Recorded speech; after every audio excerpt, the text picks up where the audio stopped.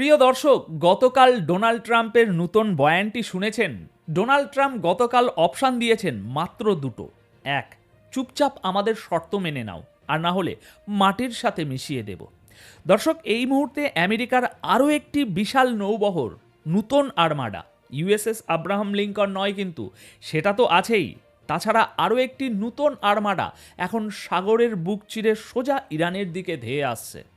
কিন্তু শুনলে অবাক হবেন, তেহরান কিন্তু ভয়ে কাঁপছে না, বরং তারা সাগরের নোনা জলের নিচে এমন কিছু লুকিয়ে রেখেছে যা পেন্টাগনের বাঘা বাঘা জেনারেলদের নূতন করে ভাবিয়ে তুলেছে।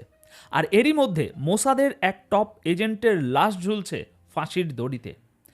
দর্শক, মধ্যপ্রাচ্যের বারুদের স্তূপে আগুন কি তবে লেগেই গেল? দেখুন, আমরা তো গত কয়েকদিন ধরেই আঁচ করছিলাম না যে কিছু একটা বড় ঘটতে চলেছে, কিন্তু এত দ্রুত পরিস্থিতি বদলে যাবে, পাল্টে যাবে, সেটা হয়তো খোদ সিআইএও ভাবিনি।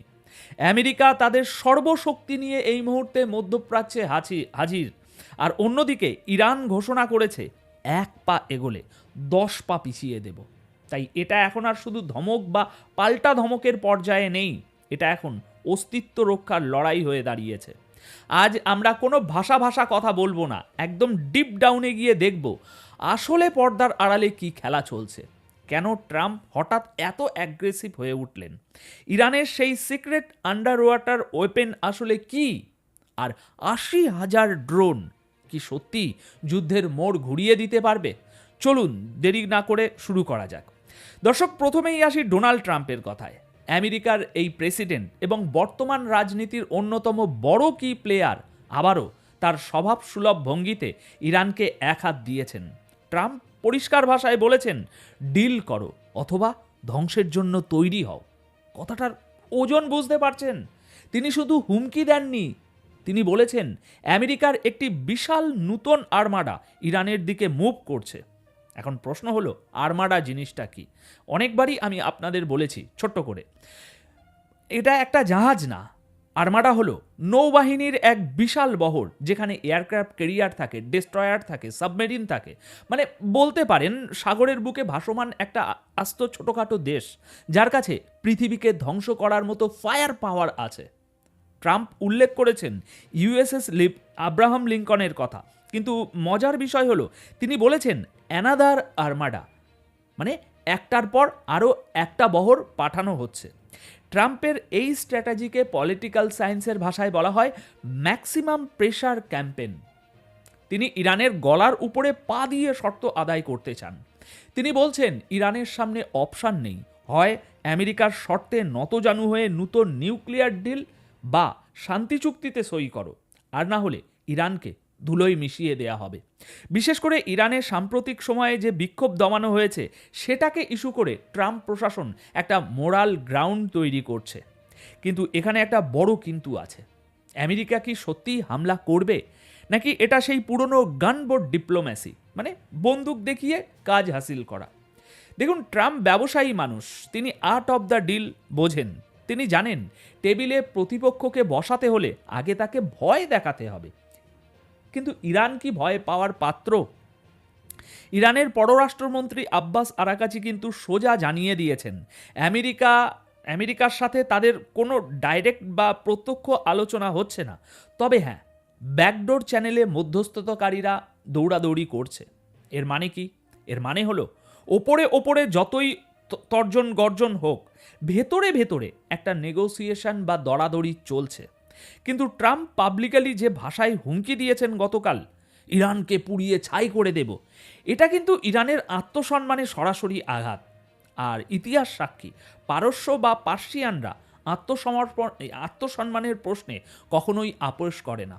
ফলে পরিস্থিতি যে কোনো মুহূর্তে দর্শক নিয়ন্ত্রণের বাইরে চলে যেতে পারে। আচ্ছা, এবার মুদ্রার উল্টো পিঠটা দেখা যাক। আমেরিকার এত বড় নৌবহর আসছে শুনে ইরান কি ভয়ে গুটিয়ে গেছে? একদমই না, বরং তাদের রিয়াকশন ছিল দেখার মতো। ইরানের আর্মি এবং আইআরজিসি পরিষ্কার জানিয়ে দিয়েছে গতকাল, উস্কানি দিলে তার জবাব হবে কল্পনারও বাইরে। ইরান আর্মির deputy chief rear admiral Habibullah Sayyari গতকাল 28 জানুয়ারি এক বিস্ফোরক বয়ান দিয়েছেন।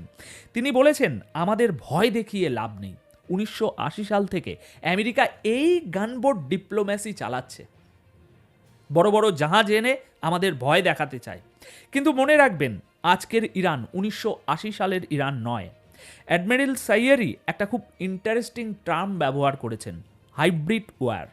তিনি বলছেন আমেরিকা এখন শুধু অস্ত্রের যুদ্ধ করছে না, তারা মাইন্ড গেম খেলছে। তারা মিডিয়াতে ভয়ের পরিবেশ তৈরি করছে, সাইকোলজিক্যাল প্রেশার দিচ্ছে, কিন্তু ইরান এই ফাঁদে পা দেবে না। তিনি ওয়ার্নিং দিয়ে বলেছেন, যদি সাগরে আমাদের উপরে কোনো হামলা হয় তবে সেই ক্ষতি একতরফা হবে না। আমরা মার খাবো আর আপনারা আস্ত ফিরে যাবেন, এই দিন শেষ। দর্শক, এখানে আমার বিশ্লেষণ হলো ইরান খুব স্মার্টলি খেলছে। তারা জানে আমেরিকার সাথে কনভেনশনাল ওয়ার বা সম্মুখ যুদ্ধে তারা হয়তো পারবে না, কারণ আমেরিকার এয়ার পাওয়ার অনেক বেশি। তাই তারা বলছে, তোমরা যদি আমাদের সীমান্তে আসো তবে তোমাদের জাহাজগুলোকে আমরা সাগরের তলায় পাঠিয়ে দেব। ইরানি কমান্ডাররা এটাও বলেছেন যে তাদের দেশের সীমানা, স্বাধীনতা এবং রাজনৈতিক সিস্টেম রক্ষা করতে তারা প্রস্তুত। জমি, আকাশ বা সাগর যেখান থেকেই হামলা আসুক, পাল্টা মার হবে ভয়াবহ। দেখুন, এই যে কনফিডেন্স, এটা কিন্তু শুধু কথার কথা নয়, এর পেছনে আছে তাদের দীর্ঘদিনের প্রস্তুতি। ইরান জানে ট্রাম্প বা আমেরিকা আনপ্রেডিক্টেবল, তাই তারা তাদের ডিফেন্স সিস্টেমকে এমনভাবে সাজিয়েছে যাতে প্রথম আঘাতেই আমেরিকার ব্যাপক ক্ষয়ক্ষতি করা যায়। এটাকে বলে ডেটারেন্স বা ভীতি প্রদর্শন। মানে আমাকে মারলে তোমারও হাত ভাঙবে, এই মেসেজটা তারা পেন্টাগনে পৌঁছে দিয়েছে। দর্শক, এবার এই অংশের আলোচনাটা খুব মনোযোগ দিয়ে শুনুন, কারণ মেন স্ট্রিম মিডিয়াতে এই খবরটা খুব একটা ফোকাস করা হয়নি। সাগরের ওপরের যুদ্ধজাহাজ তো আপনারা খবর শুনছেন, কিন্তু আসল খেলাটা হবে সাগরের নিচে। ইরানের আইআরজিসির নেভি চিফ সর্দার তাকসিরিং একটি ভয়াবহ দাবি করেছেন। তিনি বলেছেন ইরানের কাছে সাগরের নিচে শত শত ক্রুজ মিসাইল লঞ্চ করার জন্য রেডি অবস্থায় আছে। চিন্তা করতে পারছেন, সাবমেরিন বা বিশেষ আন্ডার ওয়াটার সাইলো থেকে এই মিসাইলগুলো ছোড়া হবে। আচ্ছা, এগুলোর রেঞ্জ কত জানেন? 1000 কিলোমিটারেরও বেশি। মানে হলো আমেরিকার যুদ্ধজাহাজ যদি পারস্য উপসাগর কিংবা ওমান সাগরেও থাকে, ইরান নিজের জলসীমায় বসে সেগুলোকে টার্গেট করতে পারবে। সর্দার তাংসিরি বলেছেন, এই মিসাইলগুলো আমাদের ডিফেন্স সিস্টেমের মেরুদণ্ড। আমরা শুধু হুকুমের অপেক্ষায় আছি, অর্ডার পেলেই বিসমিল্লা বলে ফায়ার হবে। কিন্তু কেন এটা আমেরিকার জন্য চিন্তার বিষয়? কারণ দেখুন, অ্যান্টি মিসাইল সিস্টেম সাধারণত আকাশের উপরে থেকে আসা ওই যে ব্যালিস্টিক মিসাইল, সেগুলো ইন্টারসেপ্টার করতে ওস্তাদ। কিন্তু সাগরের নিচে থেকে বা জলের খুব গা ঘেঁষে যখন কোনো ক্রুজ মিসাইল ধেয়ে আসে, তখন র্যাডার সেটা ধরতে পারে না বলবো না, ধরা খুব কঠিন হয়। ইরান ঠিক এই জায়গাটাতেই ইনভেস্ট করেছে। তারা জানে আমেরিকার এয়ারক্রাফট ক্যারিয়ার হলো সিটিং ডাক, যদি তারা সঠিক সময়ে ঝাঁকে ঝাঁকে মিসাইল ছুটতে পারে।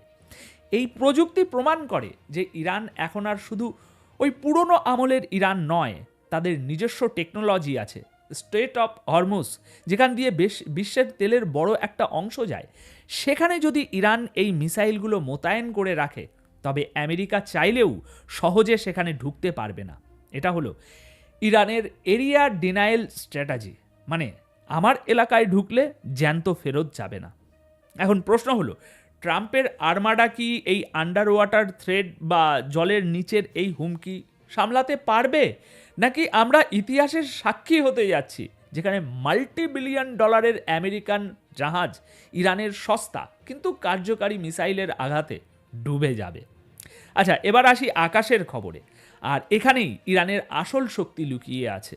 আমরা ইউক্রেন রাশিয়া যুদ্ধ দেখেছি, ইরানের শাহেদ ড্রোনের কি তাণ্ডব চালাতে পারে।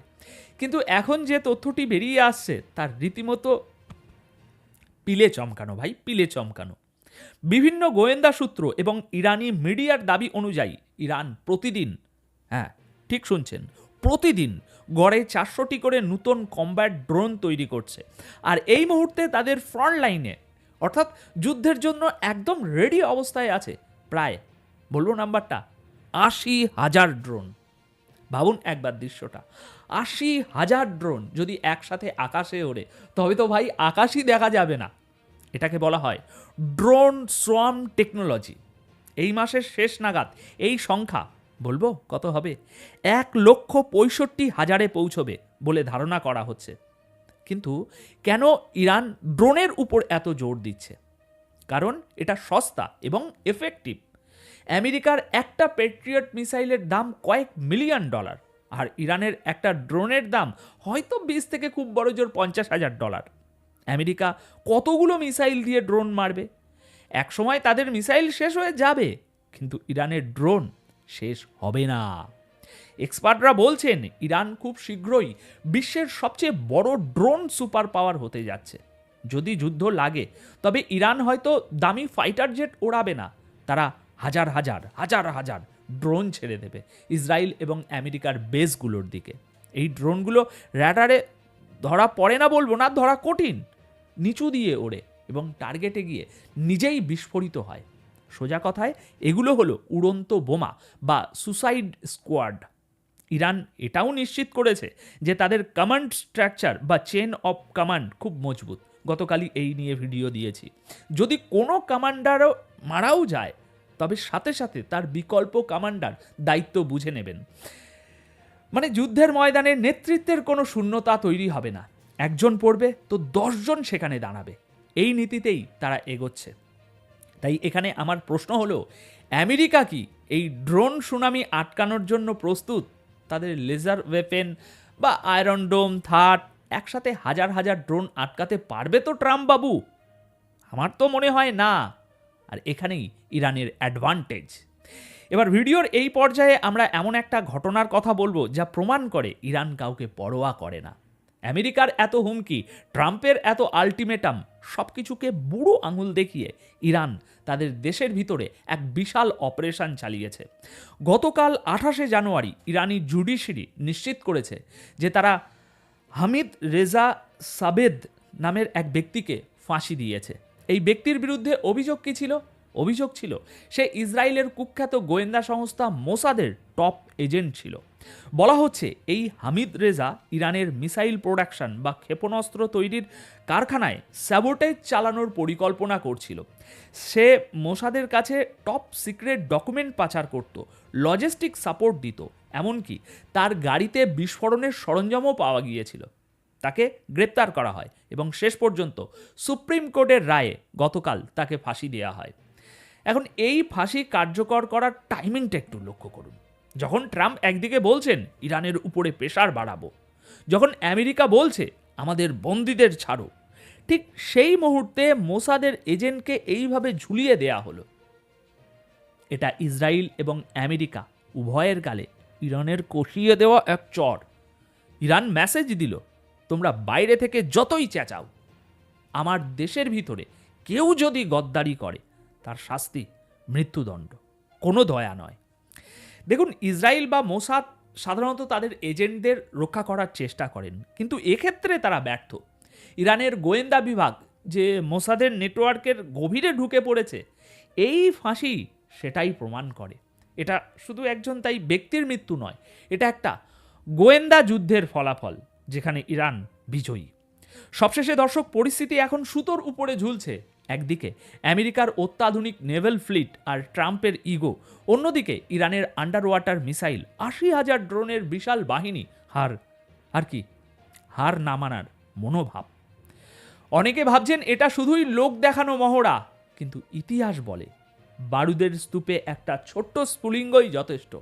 ইরান বলে দিয়েছে তারা প্রস্তুত, আমেরিকাও পিছু হটছে না, মাঝখান থেকে ইসরায়েল আছে টার্গেটে। এখন আপনাদের কি মনে হয়, আমেরিকার এই আর্মাডা কি সত্যি ইরানে হামলা চালাবে, নাকি ইরানের এই ড্রোন আর মিসাইলের বহর দেখে পেন্টাগন শেষ মুহূর্তে পিছু হটবে? ট্রাম্প কি ডিল করতে বা করাতে পারবেন, নাকি আমরা তৃতীয় বিশ্বযুদ্ধের দিকে এগোচ্ছি? আপনাদের মতামত কমেন্টে অবশ্যই জানান, আমি প্রতিটি কমেন্ট পড়ব। আর হ্যাঁ, ভিডিওটি যদি আপনার পছন্দ হয়ে থাকে, খবরগুলো যদি আপনাদের ভালো লেগে থাকে, তবে একটি লাইক দিয়ে বন্ধুদের সাথে শেয়ার করুন, যাতে এই সত্য খবরগুলো আরও মানুষের কাছে পৌঁছে যায়। ধন্যবাদ আপনাদের সকলকে।